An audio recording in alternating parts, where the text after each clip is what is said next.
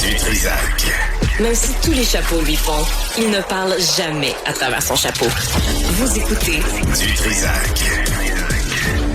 Jean-Charles, juste un ajout, là, parce que t'as croisé David Lambert, là, on se connaît tous, et je savais pas ça, l'affaire de l'ammoniac. Exact. Il y a plusieurs études qui démontrent, Benoît, que le fameux sel d'ammoniac, là, ce que vous voyez au banc des joueurs, que tous les joueurs ou à peu près prennent, là, c'est comme un truc, une petite enveloppe, je sais pas trop, puis tu craques ça, puis là, tu respires ça, tu sniffes ça, littéralement.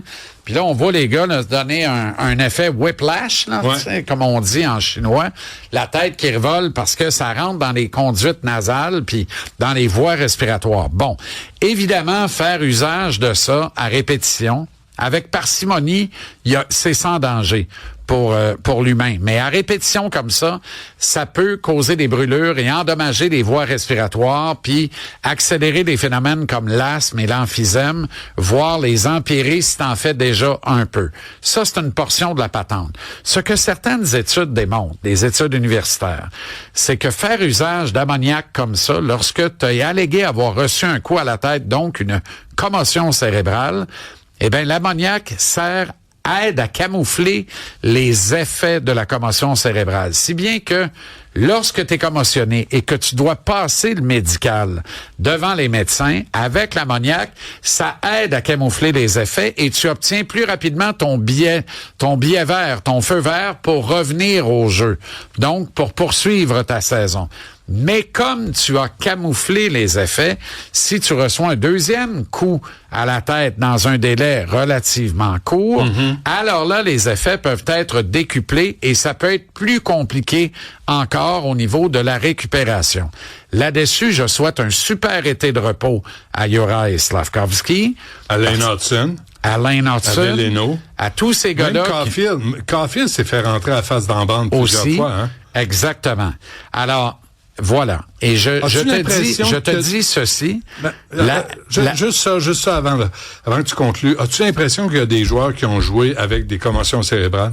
Ben, moi, j'ai beaucoup de difficultés à croire que Juraj Slafkovský avait pas mal à la tête certains matins en se levant. À le regarder aller sur la glace, là, son temps de réaction beaucoup plus lent. Le genre de jeu, c'est le premier c'est le deuxième coup, le premier étant la droite de Brandon Hagel. Ouais. Alors, ça, là, il se faisait plus frapper de même, Benoît. Il se faisait frapper de même à son arrivée dans la Ligue.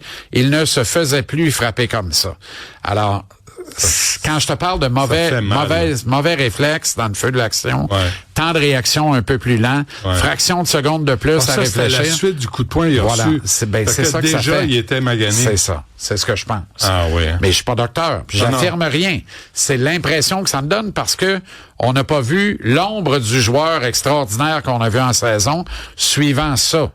Puis avait commencé la série sur les chapeaux de roue contre le Lightning. Tellement. En fait, est-ce qu'on peut accuser, excuse-moi là, est-ce qu'on peut accuser, mais littéralement accuser, l'organisation du Canadien de manquer de transparence là-dessus? Parce que c'est des joueurs qui doivent être protégés. Je pense pas. Tu vois, au bilan ce matin, là, c'est curieux, mais on n'a pas parlé des blessures. Ou à peu près pas. Et pourtant. Tu sais, pour moi, c'est un sujet, on devrait, tu sais, je comprends, mais je comprends pas. Dans la NBA, là, il y a un protocole de commotion, les caméras entrent dans la salle des commotionnés, là. Ah oui? Ben oui. C'est un accès illimité. Et tu disais au football? Et au football, la NFL a proscrit l'usage de l'ammoniac, mais pas la Ligue nationale de hockey. Pourquoi? Question posée avec Gary Bettman. Question posée à Gary Bettman et son groupe. Tellement. Pourquoi l'usage de l'ammoniac est encore permis dans la Ligue nationale de hockey? Tellement. Puis j'accuse pas les diffuseurs, mais tu sais, t'as des images en début de période au banc. C'était des gars, on voit des gars sniffer de l'ammoniac en pleine télévision. Puis là, t'as plein de garçons, des petits gars, des petites filles qui jouent à tombe, puis qui regardent ça, puis qui disent « Hey, je vais essayer ça moi aussi. » Ça va de soi. Ça va me faire jouer comme un joueur de la Ligue nationale. Exactement. Fait que si on dit que ça a été bon d'arrêter de vanter les mérites des menthols à la télé, peut-être que c'est bon d'arrêter de vanter les mérites de l'ammoniac à la télé. Bien dit. Sans le faire dans un commercial, mais de le voir passer à l'écran. Alors, c'est simple, tu le proscris. T'en vois plus de joueurs de la NFL sniffer de l'ammoniac, ils ont plus le droit. Ouais, carrément. Alors, c'est simple. Ça règle la question. C'est simple. Qu'est-ce qui arrive avec Gallagher? Ben, Gallagher, ça a été très touchant. D'abord, ça a été le premier en avant de la parade ce matin. Ça a été le premier joueur là qui s'est présenté dans le vestiaire. Et il a craqué, Benoît. Parce que, tu sais, c'est sûr que lui a acquis la conviction qu'il avait plus d'avenir à Montréal, qu'il avait joué son dernier match ou à peu près, mais il espérait être de l'alignement encore, mais que c'était sa dernière saison avec le Canadien. Fait que ça, c'est une chose, mais l'équipe joue, tu continues.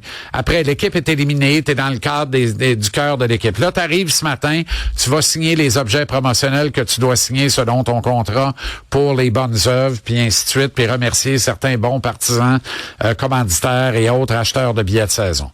Là, tu rencontres certains de tes coéquipiers déjà, c'est l'heure de se dire au revoir, mais on se dit au revoir comme on le fait depuis 16 ans à la fin de la saison. Puis là, tu tournes le coin puis tu arrives devant les médias. Et invariablement, les questions sortent. Parce que tout ce que je t'ai dit avant, il y a personne qui te parle de ton avenir. T'sais.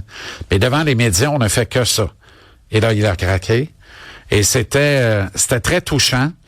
En fait, il a même évoqué sa maman, puis c'est là où ça a comme... Et il l'a dit, j'ai joué mon dernier match dans l'organisation du Canadien.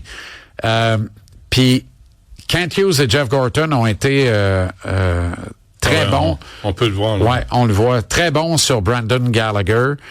Ils ont parlé de respect apporté à Gallagher. Je pense que tout le monde porte un respect complet à ce gars-là qui a tout donné à cette organisation-là. Il a dû jouer le dernier match. Mais je suis obligé de te dire que Martin Saint-Louis a peut-être manqué à son obligation élémentaire de respect. Je suis d'accord. Je vais te dire plus que ça. Quand tu as perdu le deuxième match de la série puis qu'on savait que les Hurricanes avaient un upswing, ouais. Le point de presse de Martin après le deuxième match, c'est un point de on acquiert la défaite et on apprend dans la défaite. Fait qu'on lui savait dans son fort intérieur qu'il n'y avait plus assez de gaz dans le tank pour surmonter ça. Ça aurait été quoi de retirer un Texier, de retirer un Veleno et de permettre au match numéro 4 de la série, le dernier à Montréal, ouais. à Brandon Gallagher de jouer. Ouais. Ça, c'est le fameux match où sans Gallagher, il n'y avait plus de match après 14 minutes, on perdait 3-0. Fait que si Gallagher avait été de l'alignement, il aurait été sa glace aux 2 chiffres en troisième période. Il y aurait eu tellement de glace que le monde aurait compris le message, c'est-à-dire, faut l'applaudir parce que c'est la dernière chance qu'on a.